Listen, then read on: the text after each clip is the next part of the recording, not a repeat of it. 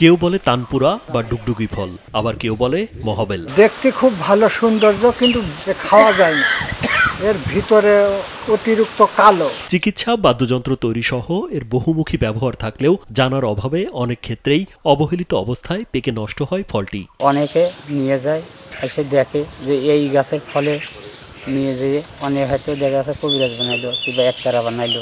ঝিনাইদহ সদর উপজেলার কুমড়াবাড়িয়া ইউনিয়নের জসাইখালী শ্মশানে দেখা মিলেছে এই গাছ। শ্মশানে ছোট বড় মিলিয়ে 3টি গাছ থাকলেও ফল রয়েছে বড় আকারের গাছটিতে। এক একটি ফলের ওজন গড়ে 8 থেকে 10 কেজি হয়ে থাকে। কবিরাজি কাজে ব্যবহৃত হয় এবং যারা গান বাজনা করে তাদের একতারা বানানোর জন্য ব্যবহার করতে পারে। তানপুরা ফলের ইংরেজি নাম কেলাবাস। এটি ডুগডুগি ফল বা মহাবেল নামেও পরিচিত। গ্রামের মানুষ একে মাকাল ফলও বলে থাকেন। ওর মধ্যে ভিতরে হইলো মাংস, মাংসটা রস করে মাথায় দেয়, মাথা গরম হয়, ঠান্ডা হয়। স্যান্ডেলিনা সো, রূপচর্চায় আভিজাত্য।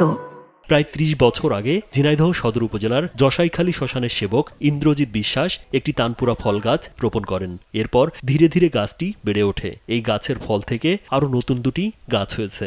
30 বছরে এই গাছটাই মাকাল ফল গাছটা হয়েছে, লাগানো হয়েছে।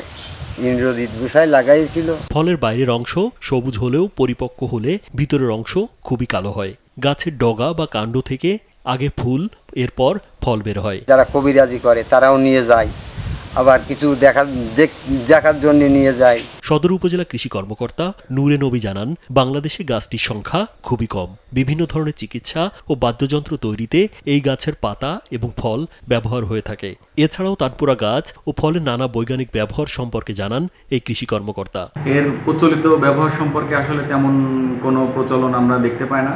তবে বাংলাদেশের একটি উপজাতি এই ফলের যে মণ্ড, এটাকে মস্তিষ্ক বিকৃত মানুষের চিকিৎসায় ব্যবহার করে থাকে।